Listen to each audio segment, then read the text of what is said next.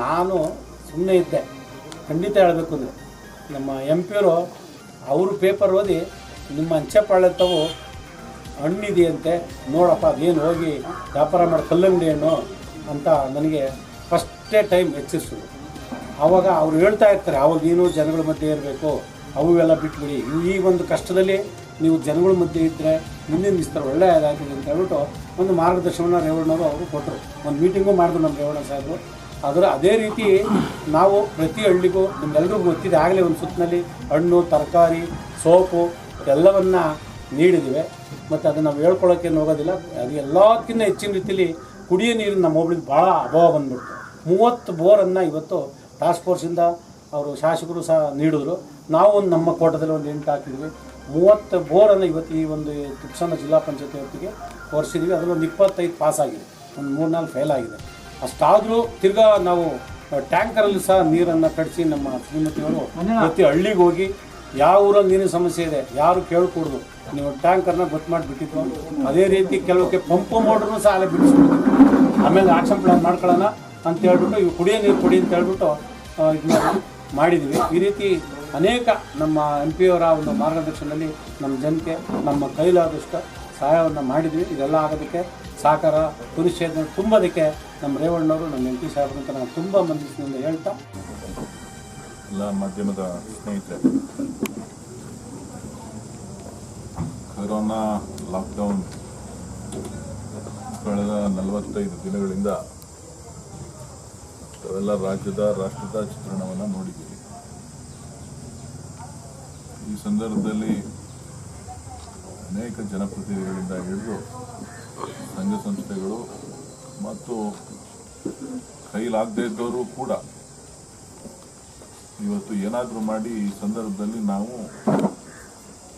ಯಾರು ನಿರ್ಗತಿಸಿದ್ದಾರೆ, ಯಾರಿಗೆ ಶಕ್ತಿ ಇಲ್ಲ ಅಂಥವ್ರಿಗೆ ಸಹಾಯ ಮಾಡಬೇಕು ಅಂಥೇಳಿ ಇವತ್ತು ಎಲ್ಲರೂ ಮುಂದೆ ಬಂದು ಭಾರತದ ಉದ್ದಗಲಕ್ಕೂ ಕೂಡ ಇವತ್ತು ಅವರೇನು ಸಹಾಯ ಹಸ್ತವನ್ನು ಚಾಚಿದ್ದಾರೆ ಅವರಿಗೆ ನಾನೆಲ್ಲರೂ ವೈಯಕ್ತಿಕವಾಗಿ ನಮ್ಮ ಪಕ್ಷದ ಪರವಾಗಿ ಅವರೆಲ್ಲರೂ ಕೂಡ ನಾನು ಅಭಿನಂದನೆಗಳನ್ನು, ಧನ್ಯವಾದಗಳನ್ನು ಹೇಳಲಿಕ್ಕೆ ಬಯಸ್ತೇನೆ. ಸರ್ಕಾರಕ್ಕಿಂತ ಹೆಚ್ಚಿನ ಕೆಲಸವನ್ನು ಇವತ್ತು ಸಂಘ ಸಂಸ್ಥೆಗಳು ಮತ್ತು ಸಾಮಾನ್ಯ ಜನ ಇವತ್ತು ಮಾಡಿದ್ದಾರೆ.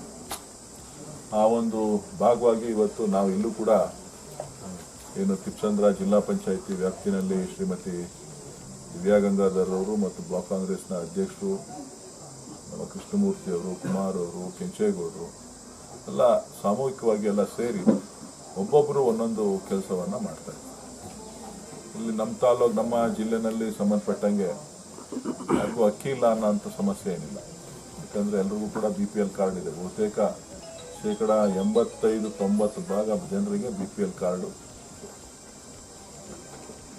ರೇವಣ್ಣ ಸಾಹೇಬ್ ಹೇಳಿದಾಗೆ ಅನ್ನಭಾಗ್ಯ ಅಂತಕ್ಕಂಥ ಒಂದು ಕಾರ್ಯಕ್ರಮ ಕರ್ನಾಟಕ ರಾಜ್ಯದಲ್ಲಿ ಕಳೆದ 6 ವರ್ಷದಲ್ಲಿ ಏನು ಜಾರಿ ಆಯಿತು, ಬಹುಶಃ ಇವತ್ತಿಗೂ ಕೂಡ ಮುಂದುವರಿತಾ ಇದೆ.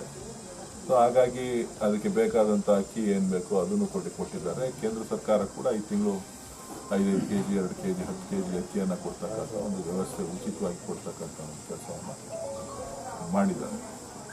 ಭಾಳ ಪ್ರಮುಖವಾಗಿ ಬೇಕಾಗಿರ್ತಕ್ಕಂಥದ್ದು ಆರ್ಥಿಕವಾದಂಥ ಒಂದು ಭದ್ರತೆಯನ್ನು ಕೊಡಬೇಕಾಗಿತ್ತು. ಏಕಾಏಕಿ ಲಾಕ್ಡೌನ್ ಏನು ಮಾಡಿದ್ರು ಆ ಒಂದು ವಿಚಾರದಲ್ಲಿ. ಸೊ ಈ ಸಂದರ್ಭದಲ್ಲಿ ನಾನು ನಮ್ಮ ಜಿಲ್ಲೆಯಲ್ಲಿ ಅನೇಕ ರೈತರು ನನ್ನ ಫೋನ್ ಮಾಡಿ, ದೂರವಾಣಿ ಕರೆ ಮಾಡಿ ನಮಗೆ ಇರ್ತಕ್ಕಂಥ ಸಂಕಷ್ಟ, ಮಾರ್ಕೆಟ್ ಓಪನ್ ಆಗಿಲ್ಲ, ಲಾರಿಗಳು ಹೋಗ್ತಾ ಇಲ್ಲ, ನಾವು ಹೋಗ್ಲಿಕ್ಕೆ ಬರಲಿಕ್ಕೆ ಸಾಧ್ಯ ಆಗ್ತಾ ಇಲ್ಲ, ನಮ್ಮ ತರಕಾರಿ ನಾವು ಹಣ್ಣು ಏನು ಬೆಳೆದಿದ್ದೀವಿ ಅದನ್ನು ಉತ್ತು ಹಾಳು ಮಾಡಬೇಕಾದಂಥ ಪರಿಸ್ಥಿತಿ ನಿರ್ಮಾಣ ಆಗಿದೆ, ನಾವು ಯಾರ ಹತ್ರ ಹೇಳ್ಕೋಬೇಕು ಅಂತಲೂ ಕೇಳೋಕ್ಕಾಗ್ತಾ ಇಲ್ಲ ಅಂಥೇಳಿ ಅನೇಕರು ನನಗೆ ದೂರವಾಣಿ ಕರೆಗಳನ್ನು ಮಾಡಿದ್ರು. ಆಯಿತು ಅಂಥೇಳಿ ಸ್ಥಳವನ್ನು ಪರಿಶೀಲನೆ ಮಾಡಿದಂಥ ಸಂದರ್ಭದಲ್ಲಿ ಅವರ ಜೀವನವನ್ನು ನೋಡಿ, ಅವ್ರ ಬದುಕನ್ನು ನೋಡಿ, ಅವ್ರ ವ್ಯವಸಾಯವನ್ನು ನೋಡಿ ಏನಾದರೂ ಇದಕ್ಕೆ ಒಂದು ಕಾಯಕಲ್ಪ ಮಾಡಬೇಕು ಅಂಥೇಳಿ ತಕ್ಷಣ ಅಲ್ಲೇ ಖರೀದಿ ಮಾಡಿ ಬಡವರಿಗೆ ಉಚಿತವಾಗಿ ಹಂಚಿ ಅಂತಕ್ಕಂಥ ಮಾತನ್ನು ಹೇಳಿ, ನಂತರ ಬೆಳೀತಾ ಎಲ್ಲ ಕಡೆ ನಾನು ಮನವಿನೂ ಕೂಡ ಮಾಡಿದೆ. KPCC ಅಧ್ಯಕ್ಷರು ಮನವಿ ಮಾಡಿದ್ರು, ನಮ್ಮ ಪಕ್ಷದ ಎಲ್ಲ ಕಾರ್ಯಕರ್ತರು, ಶಾಸಕರು ಪಕ್ಷಾತೀತವಾಗಿ ಮುಂದೆ ಬನ್ನಿ ಅಂತೇಳಿ ಎಲ್ಲೋ ಒಂದು ಕಡೆ ರೈತರಿಗೆ ಸಂಪೂರ್ಣವಾಗಿ ಅವ್ರಿಗೆ ಅನುಕೂಲ ಆಗಲಿಲ್ಲ ಅಂತ ಅಂದರೂ ಒಂದಷ್ಟು ಜನಕ್ಕಂತೂ ಇದರಿಂದ ಕಳೆದ 40 ದಿನಗಳಲ್ಲಿ ಅನುಕೂಲ ಆಗಿದೆ. ಸೊ ಈ ಭಾಗದಲ್ಲೂ ಕೂಡ ಗಂಗಾಧರ್ ಅವರು ತರಕಾರಿ ತೆಗೆದು ಕೊಟ್ಟಿದ್ದಾರೆ. ಮಾಗಡಿನಲ್ಲಿ ನಾನು ಯಾವುದೋ ಪ್ರಜಾವಾಣಿ ಪೇಪರ್ ಯಾವುದೋ ಪೇಪರಲ್ಲಿ ಕನ್ನಡ ಪ್ರಜಾವಾಣಿನ ಪೇಪರಲ್ಲಿ ನಾನು ಓದಿದಾಗ ನಾನು ಗಂಗಾಧರ್ಗೆ ಫೋನ್ ಮಾಡಿ ಹೇಳಿದೆ. ಅವ್ನು ಗಂಗಾಧರ್ ಯಾವುದೋ ಊರು ಹುಡ್ಕೊಂಡು ಹೋಗ್ತಾಗಿಲ್ಲ, ಅಂಚೆಪಾಳ್ಯ ಅಂತ. ಆಮೇಲೆ ತಿರ್ಗಾ ಬಂದು ಫೋನ್ ಮಾಡಿ ಇಲ್ಲ ಸಿಕ್ಕರು ಅಂತೇಳಿ. ಸೊ ಈ ರೀತಿ ಅನೇಕರು ನನಗೆ ದೂರವಾಣಿ ಕರೆಗಳನ್ನು ಮಾಡಿದ್ದಾರೆ, ನೋಡಿದ್ದೀನಿ, ನಾನು ಗಮನಿಸಿದ್ದೇನೆ. ಒಂದು ಉದ್ದೇಶ ಏನು ಅಂತ ಹೇಳಿದ್ರೆ ರೈತರಿಗೆ ನೆರವಾಗಬೇಕು. ಜೊತೆಗೆ ಲಾಕ್ಡೌನ್ ಆಗಿರೋದ್ರಿಂದ ಜನ ಹೊರಗಡೆ ಬರೋಕ್ಕೂ ಆಗ್ತಾ ಇಲ್ಲ. ಅವ್ರು ತರಕಾರಿ ತೊಗೊಂಡು ತಿನ್ನೋದೆಲ್ಲಿ ಬರ್ತದೆ? ತರಕಾರಿ ಕೋಳಿ ತಿನ್ಬೇಡಿ ಅಂತ ಹೇಳ್ಬಿಟ್ಟವ್ರೆ, ಮಾಂಸ ತಿನ್ಬೇಡಿ ಅಂತ ಹೇಳ್ಬಿಟ್ಟವ್ರೆ. ಅದು ಏನೋ ಕುಯ್ದು ಮಾಡಿ ಮಾಡ್ಕೋತಾ ಇದ್ರು ಕೂಡ. ಸೊ ಪ್ರತಿದಿನ ಮಾಂಸನೇ ತಿನ್ನೋಕ್ಕಾಗೋದಿಲ್ಲ. ಸೊ ಅದಕ್ಕೋಸ್ಕರ ತರಕಾರಿನ ಎಲ್ಲ ಮನೆಗೂ ಕೊಡಬೇಕು ಅಂತೇಳಿ ಮನವಿ ಮಾಡಿದ್ವಿ. ಒಟ್ಟಾರೆ ಕ್ಷೇತ್ರದ ಉದ್ದಗಲಕ್ಕೂ ಕೂಡ ಹಂಚಿಕೆಯನ್ನು ಮಾಡಿದ್ದಾರೆ. ಕೆಲವ್ರಿಗೆ ತಲುಪಿದೆ, ಕೆಲವ್ರಿಗೆ ತಲುಪಿಲ್ಲ. ಮಾಗಡಿ ತಾಲೂಕು ಆದರೆ ಬೇರೆ ರಾಮನಗರ, ಚನ್ನಪಟ್ಟಣ, ಕನಕಪುರ, ಆನೇಕಲ್ಲು, ಕುಣಿಗಲ್ಲು ಸಂಪೂರ್ಣವಾಗಿ ಆಕ್ಟಿವ್ ಆಗಿ ಕೆಲಸ ಮಾಡಿದೆ. ಇಲ್ಲೂ ಮಾಡ್ಬೋದಾಗಿತ್ತು, ಅವಕಾಶ ಮಿಸ್ ಆಗಿದೆ. ಅವಕಾಶ ಮಿಸ್ ಮಾಡ್ಕೊಂಡಿದೆ. ಸೊ ಹಾಗಾಗಿ ಅವಕಾಶವನ್ನ ಬಳಸ್ಕೊಳ್ತಕ್ಕಂಥದ್ದು ಬುದ್ಧಿವಂತರ ಲಕ್ಷಣ. ಬಡವರಿಗೆ ಕಷ್ಟದಲ್ಲಿದ್ದಾಗ ಸಹಾಯ ಮಾಡಿದ್ರೆ ನೆನೆಸ್ಕೋತಾರೆ. ರಾಜಕಾರಣ ದಿನ ಮಾಡ್ಬೋದು, ನಾವು ರಾಜಕಾರಣ ಯಾವ ಬೇಕಾದ್ರೂ ಮಾಡ್ಬೋದು. ರಾಜಕೀಯಕ್ಕೋಸ್ಕರ ಮಾಡುವಂಥ ಕೆಲಸ ಅಲ್ಲ ಇದು. ಇದು ಅವಶ್ಯಕತೆಗೆ ಸಂದರ್ಭದಲ್ಲಿ ನಾವು ಅವರನ್ನು ಕೈ ಹಿಡಿತಕ್ಕಂಥದ್ದು ನಮಗೆ ಭಾಳ ಮುಖ್ಯ. ಆ ಒಂದು ನಿಟ್ಟಿನಲ್ಲಿ ಇವತ್ತು ಒಂದಷ್ಟು ಎಚ್ಚರಿಕೆ, ಒಂದಷ್ಟು ಏನಂತೀವಿ ನಾವು ಎಲ್ಲರನ್ನೂ ಕೂಡ ಜಾಗೃತಿಗೊಳಿಸ್ತಕ್ಕಂಥ ಕೆಲಸ ನಮ್ಮಿಂದ, ನಮ್ಮ ಪಕ್ಷದಿಂದ. ಇದನ್ನೆಲ್ಲ ಎಲ್ಲಿ ಕಲ್ತಿ ಅಂತ ಕೇಳಿದ್ರೆ ಎಲ್ಲ ನಮ್ಮ ಜನ ತರಿಸ್ಕೊಟ್ಟಿರೋದು, ನಮ್ಮ ಜನ ಕಲಿಸ್ಕೊಟ್ಟಿರೋದು. ನನ್ನ ಕ್ಷೇತ್ರದ ಜನ ನನ್ನ ಪ್ರತಿಯೊಂದು ಹಂತದಲ್ಲೂ ಕೂಡ ವಾಚ್ ಮಾಡ್ತಾ ಇರ್ತಾರೆ, ಏನೇನು ಆಗಬೇಕು ಅಂತ ಹೇಳ್ತಾ ಇರ್ತಾರೆ. ಅವರಿಂದ ಕಲಿತಂಥ ಪಾಠದಿಂದ ಇವತ್ತು ನಾನು ಈ ಒಂದು ಕೆಲಸಕ್ಕೆ ಕೈ ಹಾಕಿ ಮಾಡಿದ್ದೇವೆ. ಆದರೆ ಒಂದು ಭಾಳ ನನಗೆ ಕೇಂದ್ರ ಸರ್ಕಾರ ಇರ್ಬೋದು, ರಾಜ್ಯ ಸರ್ಕಾರ ಇರ್ಬೋದು, ಬಹುಶಃ ಲಾಕ್ಡೌನ್ಗೆ ತಯಾರಿರಲಿಲ್ಲ. ಪ್ರಧಾನಮಂತ್ರಿಗಳು ಏಕಾಏಕಿ ಲಾಕ್ಡೌನ್ ಘೋಷಣೆ ಮಾಡಿದ್ರು. ಇಡೀ ದೇಶ ಸ್ವಾಗತ ಮಾಡಿ ಅವರ ಮಾತಿಗೆ ಮನ್ನಣೆಯನ್ನು ಕೊಟ್ಟಿದೆ. ಆದರೆ ಯಾತಕ್ಕೆ ಅವರು ಈಗಾಗಲೇ 3 ಬಾರಿ ದೇಶವನ್ನು ಉದ್ದೇಶಿಸಿ ಮಾತನಾಡಿದ್ದಾರೆ. ಒಂದು ದಿನನೂ ಕೂಡ ಅವರು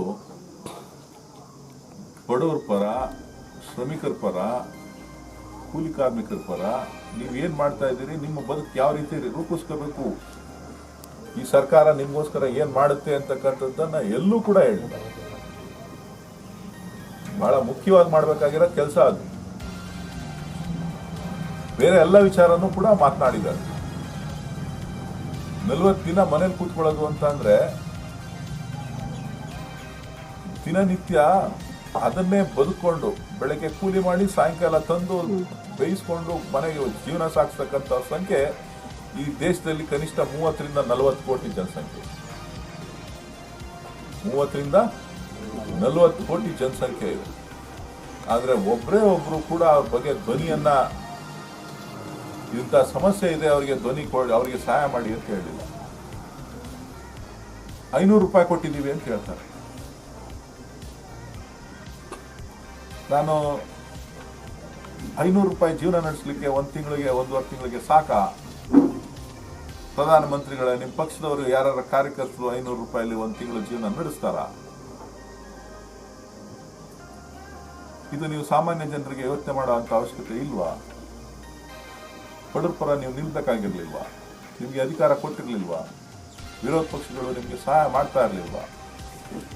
ಇದೆಲ್ಲ ಇದ್ದಂಥ ಸಂದರ್ಭದಲ್ಲಿ ನೀವು ಕೇವಲ 500 ರೂಪಾಯಿಗೆ ನೀವು ಆ ಜನರನ್ನ ಅಳತೆ ಮಾಡಿ ನಿಲ್ಲಿಸಿದ್ರಲ್ಲ, ಇದು ಯಾವ ನ್ಯಾಯ?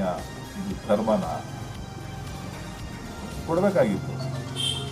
ಯಾವುದೇ ವಿರೋಧ ಪಕ್ಷಗಳೆಲ್ಲವೂ ಕೂಡ ಸೂಚನೆಯನ್ನ, ಮನವಿಯನ್ನು ಮಾಡಿದ್ರು. ನೀವು ಬೇಕಾದ್ರೆ ಕೆಲಸಗಳ ಕಾರ್ಯಗಳನ್ನ, ಪ್ರಾಜೆಕ್ಟ್ಗಳನ್ನ ಸ್ಟಾಪ್ ಮಾಡಿ, 1 ವರ್ಷ ಡೆವಲಪ್ಮೆಂಟ್ ಅನ್ನ ಮುಂದೂಡಿ. ಡೆವಲಪ್ಮೆಂಟ್ ಇಲ್ಲಿ ಯಾವುದೋ ಒಂದು ರೋಡ್ ಆಗಬೇಕು ಅಂತ ಅಂದ್ರೆ 25 ವರ್ಷದಿಂದ ರೋಡ್ ಇಲ್ಲ, ಈಗ ಆಗ್ಬೇಕು ಅನ್ನೋದನ್ನ ಮುಂದೂಡಿ.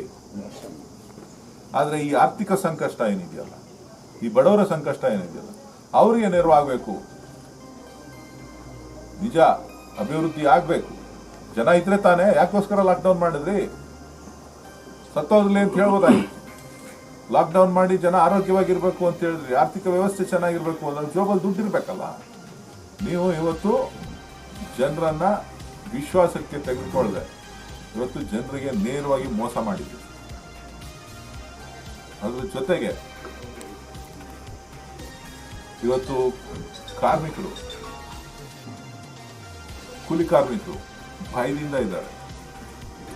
ಇವತ್ತು ನೆನ್ನೆ ತಾನೇ ಕೆಲವು ಬಸ್ಸಲ್ಲಿ ನಮ್ಮ ಕರ್ನಾಟಕದವರೆಲ್ಲ ಹೊರಗಡೆ ಹೋಗಿ ಕರ್ನಾಟಕದ ಒಳಗಡೆ ಓಡಾಡಲಿಕ್ಕೆ ಅವಕಾಶವನ್ನ ಗುರುವಾರವರೆಗೂ ಕೊಟ್ಟಿದ್ದಾರೆ, ಫ್ರೀ ಬಸ್ ಅಂತೇಳಿ.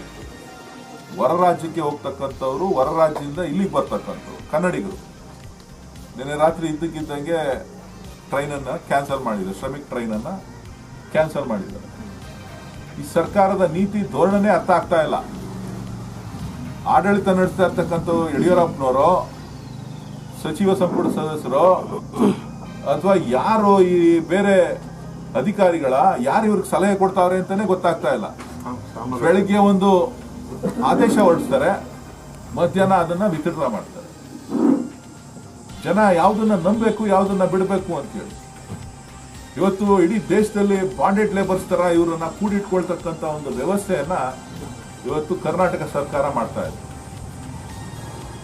ಬೇರೆ ಇನ್ನೇನು ಅಲ್ಲ, ಯಾವುದೋ ಒಂದು ವರ್ಗಕ್ಕೆ ಸಪೋರ್ಟ್ ಮಾಡ್ಲಿಕ್ಕೋಸ್ಕರ ಏನು ಆ ಕಾರ್ಮಿಕರು, ಕೂಲಿ ಕಾರ್ಮಿಕರು ಬಂದಿದ್ದಾರೆ, ಅದೇ ಕೆಲಸವನ್ನ ಇವತ್ತು ಬೇರೆ ರಾಜ್ಯಗಳು ಕೂಡ ಅನುಸರಿಸ್ತಾರೆ. ನಮ್ಮ ಕನ್ನಡಿಗರ ಕತೆ ಏನು? ನಾವೆಲ್ಲ ಒತ್ತಾಯ ಮಾಡ್ತಾ ಇದ್ದೇವೆ. ಕನ್ನಡಿಗರು, ನನಗೂ ಕೂಡ ಅನೇಕರು ದೂರವಾಣಿ ಕರೆಗಳನ್ನು ಮಾಡಿದ್ದಾರೆ, ಫೋನ್ ಮುಖಾಂತರ ನನಗೆ ಮೆಸೇಜ್ ಅನ್ನು ಕಳಿಸಿದ್ದಾರೆ, ಕೇರಳದಿಂದ ಬೇರೆ ಬೇರೆ ಕಡೆಯಿಂದೆಲ್ಲ ನಾವು ಬರಬೇಕು ಅಂತ ಹೇಳಿ. ನೀವು ಇಲ್ಲಿಂದ ಬಿಟ್ರೆ ಅವರು ಅಲ್ಲಿಂದ ಇಲ್ಲಿ ಕನ್ನಡಿಗರು ಬರ್ಲಿಕ್ಕೆ ಸಾಧ್ಯ? ಅವ್ರ ಅಪ್ಪ ಅಮ್ಮನ ನೋಡ್ಬೇಕು, ಅವ್ರ ಅಣ್ಣ ತಮ್ಮದಿರನ್ನ ನೋಡ್ಬೇಕು, ಅವ್ರ ಬದುಕನ್ನು ನೋಡ್ಬೇಕು. ಏನ್ 15 ದಿನ ಕೆಲಸ ನಿಮ್ಗೆ ಯಾವ್ದೋ ಒಂದು ಬಿಲ್ಡಿಂಗ್ ಕಟ್ಟಕ್ ಲೇಟ್ ಆಯ್ತು ಅಂದ್ರೆ, ಒಂದು ಟಾರ್ ರೋಡ್ ಹಾಕಕ್ ಲೇಟ್ ಆಯ್ತು ಅಂತ ಅಂದ್ರೆ, ಯಾವ್ದೋ ಇನ್ನೊಂದು ಸ್ವಲ್ಪ ತೊಂದರೆ ಆಯ್ತು ಅಂತ ಅಂದ್ರೆ ನಿಮ್ಗೇನು ತೊಂದರೆ ಏನಾಗೋದಿಲ್ಲ.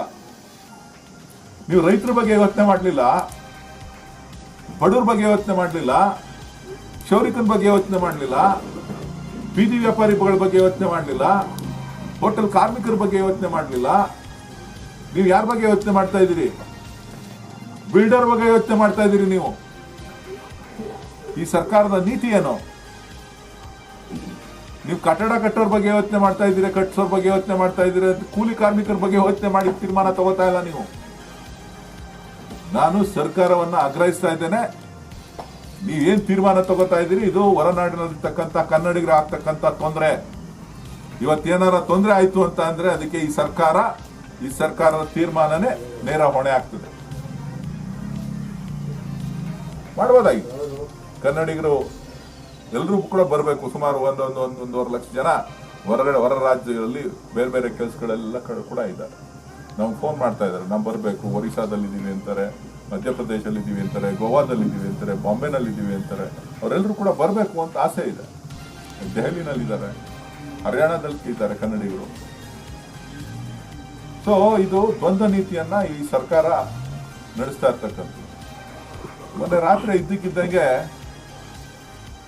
ಒಂದು ಪ್ರೆಸ್ ನೋಟಿಫಿಕೇಶನ್ ಅನ್ನ ರಿಲೀಸ್ ಮಾಡಿದ್ರು ಪೆಟ್ರೋಲಿಯಂ ಪ್ರಾಡಕ್ಟ್ಸ್ ಬಗ್ಗೆ. ನೀವೆಲ್ಲ ನೋಡಿದಿರಿ ಅಂತ ಕಾಣಿಸ್ತು. ಯಾಕೋ ಮಾಧ್ಯಮದವರು ಟೇಕ್ ಆಫೇ ಮಾಡಲಿಲ್ಲ. ಕಂಪನಿಗಳಿಗೆ ಅರ್ಥ ಮಾಡ್ಕೊಂಡಿದ್ದೀರಾ? ಕಂಪ್ನಿಗಳಿಗೆಲ್ಲ ಬೆಲೆ 72 ರೂಪಾಯಿ 73 ರೂಪಾಯಿ ಏನಿದೆ ಅದಿದೆ. ಜನಸಾಮಾನ್ಯರಿಗೆ ಹೊರೆಯಲ್ಲ ಅಂತ ಹೇಳ್ತಾ ಇದ್ದಾರೆ. ಪೆಟ್ರೋಲಿಯಂ ಪ್ರಾಡಕ್ಟ್ಸ್ಗೆ ಕೇಂದ್ರ ಸರ್ಕಾರ, ಈ ಸರ್ಕಾರ ಬಂದ ಮೇಲೆ ಇಂಟರ್ನ್ಯಾಷನಲ್ ಸ್ಟ್ಯಾಂಡರ್ಡ್ ಪ್ರೈಸ್ ನ ನಾವು ಫಿಕ್ಸ್ ಮಾಡಿದೀವಿ, ದಿನನಿತ್ಯ ಏರಿಳಿತ ಆಗ್ತಾ ಇದೆ ಅಂತ ಹೇಳಿದ್ರು. ಹೌದಲ್ವಾ? ದಿನನಿತ್ಯ ಪೆಟ್ರೋಲಿಯಂ ಪ್ರಾಡಕ್ಟ್ಸ್ ಬೆಲೆ ಏನಾಗುತ್ತೆ ಅದ್ರ ಮೇಲೆ ನಿಮ್ ಪೆಟ್ರೋಲ್ ಡೀಸೆಲ್, ಈಗ ನೀವು ಪೆಟ್ರೋಲ್ ಹಾಕ್ಸ್ಕೊಳಕ್ 1 ಲೀಟರ್ ಪೆಟ್ರೋಲ್ ಹಾಕ್ಸ್ಕೊಳಕ್ ಹೋಯ್ತು ಅಂದ್ರೆ 73 ರೂಪಾಯಿ ಇರ್ತದೆ. ಮಾರನೇ ಬೆಳಿಗ್ಗೆ ಹೋಯ್ತು ಅಂತ ಅಂದ್ರೆ 72 ರೂಪಾಯಿ ಆಗಿರ್ತದೆ. 20 ಪೈಸಾ ಆಗಿರ್ತದೆ. ಯಾವ್ದ್ರ ಮೇಲೆ, ಯಾವ ಆಧಾರದ ಮೇಲೆ ಅಂತ ಅಂದ್ರೆ ಇಂಟರ್ನ್ಯಾಷನಲ್ ಕ್ರೂಡ್ ಆಯಿಲ್ ಬೆಲೆ ಏರಿಕೆ ಆಧಾರದ ಮೇಲೆ ರೇಟ್ ಅನ್ನ ತೀರ್ಮಾನ ಮಾಡ್ತಕ್ಕಂಥದ್ದು. UPA ಸರ್ಕಾರ ಇದ್ದಂಥ ಸಂದರ್ಭದಲ್ಲಿ $120, $130, $100 ಮೇಲ್ಗಡೆ ಇತ್ತು ಒಂದು ಬ್ಯಾರಲ್ಗೆ. ಅವತ್ತು ರೇಟು ₹65, ₹68 ಪೆಟ್ರೋಲ್ ಇತ್ತು. ಇವತ್ತಿನ ದರ ಪ್ರಧಾನಮಂತ್ರಿ ನರೇಂದ್ರ ಮೋದಿ ಅವರು ಅಧಿಕಾರಕ್ಕೆ ಬಂದ ನಂತರದಿಂದ ಆದಂತ ಜಾಗತಿಕ ಬದಲಾವಣೆಯಲ್ಲಿ $60 ಏರೇ ಇಲ್ಲ, $60 ಏರಲೇ ಇಲ್ಲ. 38, 35, 40, 45, 60, 55, ಇವತ್ತೆಷ್ಟು ಬಂದಿದೆ ಅಂತಂದ್ರೆ $16, $18 ಬಂದಿದೆ. ಯಾರಿಗೆ ಲಾಭ ಬರಬೇಕು? ಯಾವ ಏರಿಳಿತವನ್ನ ನೀವು ಪೆಟ್ರೋಲ್ ಬಂಕ್ ಅಲ್ಲಿ, ಇಂಟರ್ನ್ಯಾಷನಲ್ ಟ್ರೇಡ್ ಮಾರ್ಕೆಟ್ ಅಲ್ಲಿ ನೀವು ಆಗ್ತಾ ಇದ್ರೋ ಆ ಲಾಭ ಗ್ರಾಹಕರಿಗೆ ತಲುಪಬೇಕು, ಪೆಟ್ರೋಲಿಯಂ ಕಂಪನಿಗಳಿಗಾಗ್ಲಿ ಸರ್ಕಾರಕ್ಕಾಗ್ಲಿ ಅಲ್ಲ. ಇಂದಿನ ಪತ್ರಿಕಾಗೋಷ್ಠಿಯಲ್ಲಿ ನಮ್ಮ ಕ್ಷೇತ್ರದ ಲೋಕಸಭಾ ಸದಸ್ಯರು, ಕ್ರಿಯಾಶೀಲ ಒಂದು ಹೋರಾಟಗಾರರಾದಂಥ ಮಾನ್ಯ ಸುರೇಶ್ ಅವರು ಹಾಗೂ ಬ್ಲಾಕ್ ಕಾಂಗ್ರೆಸ್ ಅಧ್ಯಕ್ಷರಾದಂಥ ಗಂಗಾಧರ್, ಜಿಲ್ಲಾ ಪಂಚಾಯಿತಿಯ ಸದಸ್ಯ ಮತ್ತು ಉಪಾಧ್ಯಕ್ಷ ದಿವ್ಯಾ ಗಂಗಾಧರ್ ಅವರು, ಕೃಷ್ಣಮೂರ್ತಿ ಅವರು ಭಾಗವಹಿಸಿರ್ತಕ್ಕಂಥ ಈ ಒಂದು ಪತ್ರಿಕಾಗೋಷ್ಠಿಯಲ್ಲಿ ತಮ್ಮ ಮುಂದೆ ಹೇಳಕ್ಕೆ ಇಷ್ಟಪಡ್ತೇನೆ. ಏನು ಈ ಮಹಾಮಾರಿ ಕೊರೋನಾ ಬಂದಂಥ ಸಂದರ್ಭದಲ್ಲಿ ಇದು ನಿಜವಾಗಿಯೂ ರಾಷ್ಟ್ರದಲ್ಲಿ ನಾವು ಹಿಂದೆ ಭಾರತ ಮತ್ತು ಕರ್ನಾಟಕದಲ್ಲಿ ಪ್ಲೇಗ್ ಅಂತ ನಾವು ಯಾರೂ ನೋಡಿರಲಿಲ್ಲ. ಅದೊಂದು ಮಹಾಮಾರಿ ಇತ್ತು. ಪ್ಲೇಗ್ ಅಂದರೆ ಊರೇ ಬಿಡ್ತಾ ಇದ್ರಂತೆ. ನಾವು ಮುಟ್ಟಿರುವ ಹಿಂದೆ ನಡೆದಿರ್ತಕ್ಕಂಥದ್ದು. ಅದಾದಮೇಲೆ ಇನ್ನೂ ಒಂದೆರಡು ಬಂದವು, H1N1 ಮತ್ತು ಇನ್ನೊಂದು ಚಿಕನ್ ಗುನ್ಯಾ ಇನ್ನೂ ಇಂಥವೆಲ್ಲ ಬಂದು. ಆದರೆ ಇಂಥ ಮಹಾಮಾರಿ ಬಂದಿರಲಿಲ್ಲ. ಇದು ನಿಜವಾಗಿಯೂ ಜನತೆಗೆ ಬಹಳ ಇದು ಗೊತ್ತೇ ಆಗ್ತಾ ಇಲ್ಲ. ಇವತ್ತು ಗ್ರೀನ್ ಝೋನ್ ಅಂತಾರೆ, ಇನ್ನು ಯೆಲ್ಲೋ ಝೋನ್ ಅಂತಾರೆ, ರೆಡ್ ಝೋನ್ ಅಂತಾರೆ. ಅದು ಯಾವ ರೀತಿ ಬದಲಾಗ್ತಾ ಇದೆ ಅಂತಲೂ ಗೊತ್ತಾಗ್ತಾ ಇಲ್ಲ.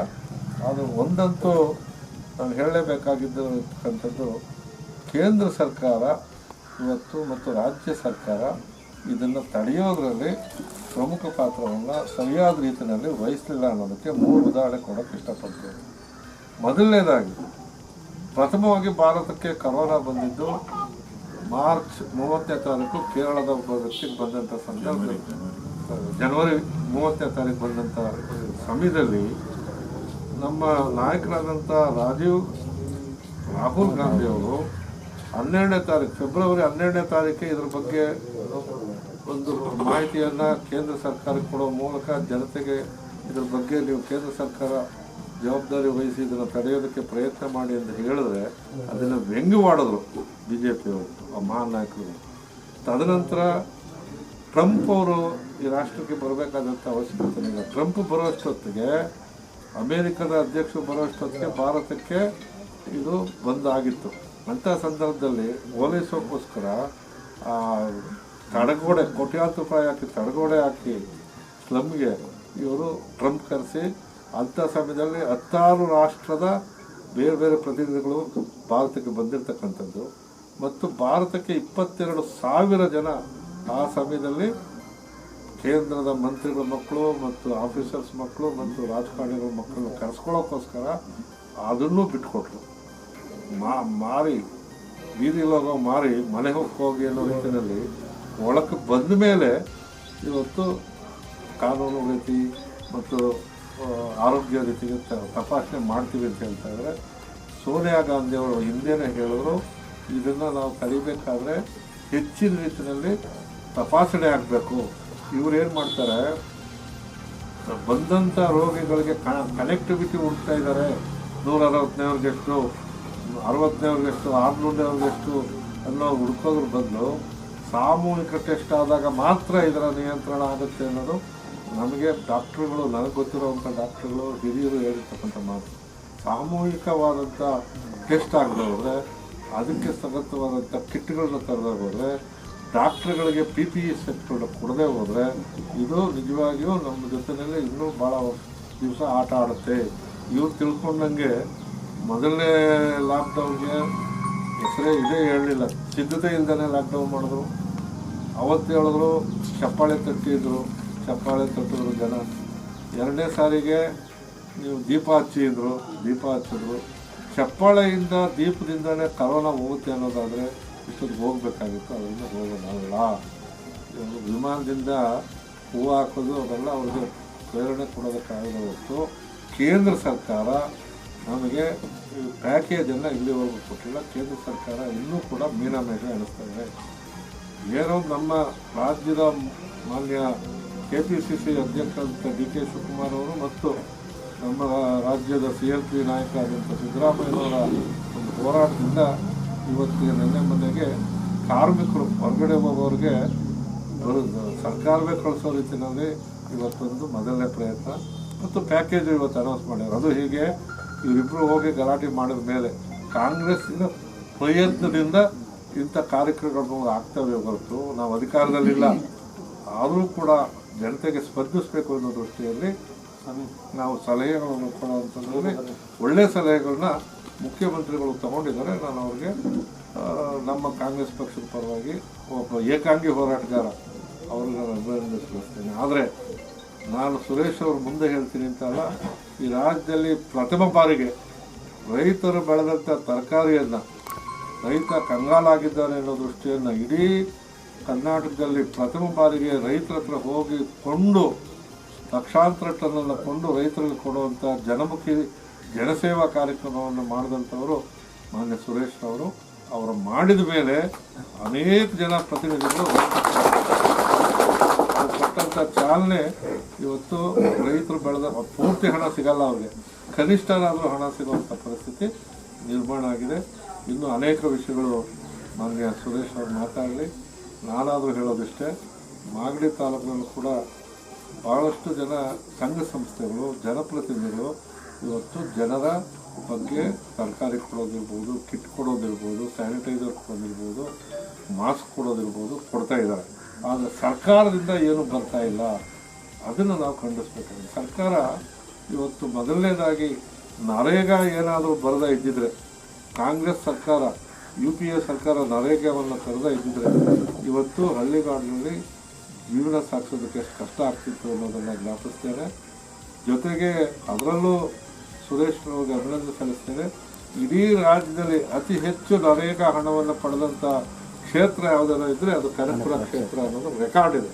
ಅದಕ್ಕೂ ಕೂಡ ಅವರು ಅಭಿನಂದನೆ ಅಂತ ಹೇಳ್ತಾ, ಎರಡನೇದು ಸಿದ್ದರಾಮಯ್ಯನವರು ಅಕ್ಕಿ ಏನಾದರೂ ಕೊಡದೇ ಇದ್ದಿದ್ರೆ, ಅದಕ್ಕೂ ಕೂಡ ಅನ್ನಭಾಗ್ಯವನ್ನು ಕೊಡದೇ ಇದ್ದಿದ್ರೆ ಇವತ್ತು ಜನರ ಪರಿಸ್ಥಿತಿ ಏನಾಗ್ತಿತ್ತು ಅನ್ನೋದು.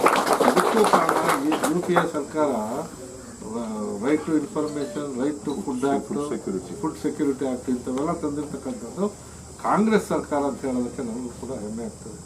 ಮೂರನೇದು ಇವತ್ತಿನ ದಿವಸ ಇವತ್ತೇನು ನಿನ್ನೆ ಕುಶಲಕರ್ಮಿಗಳಿಗೆ ಹಣ ಬಿಡುಗಡೆ ಮಾಡ್ತೀವಿ ಅಂತ ಹೇಳಿದಾರೋ, ಇದರ ಹಣ ಯಾವುದಪ್ಪ ಅಂತ ಹೇಳಿದ್ರೆ, ಈ ಹಿಂದೆ ಕಾರ್ಮಿಕ ಸಚಿವರಾಗಿ ಮಾನ್ಯ ಮಲ್ಲಿಕಾರ್ಜುನ್ ಖರ್ಗೆಜಿಯವರು ಈ ಕಟ್ಟಡ ಕಾರ್ಮಿಕರಿಗಾಗಿ ಕಟ್ಟಡದ ನಿಧಿ ಅಂತ ಹೇಳಿ ಆ ಒಂದು ಇಲಾಖೆಯಲ್ಲಿ ರಾಷ್ಟ್ರದಲ್ಲಿ 35,000 ಕೋಟಿ ಸಂಗ್ರಹ ಮಾಡಿದ್ರು. ಕರ್ನಾಟಕದಲ್ಲಿ 8,600 ಕೋಟಿ. ಆ ದುಡ್ಡಿನಲ್ಲಿ ಇವತ್ತು 1,700 ಕೋಟಿ ರೂಪಾಯಿಯನ್ನು ಕೊಟ್ಟಿದ್ದಾರೆ.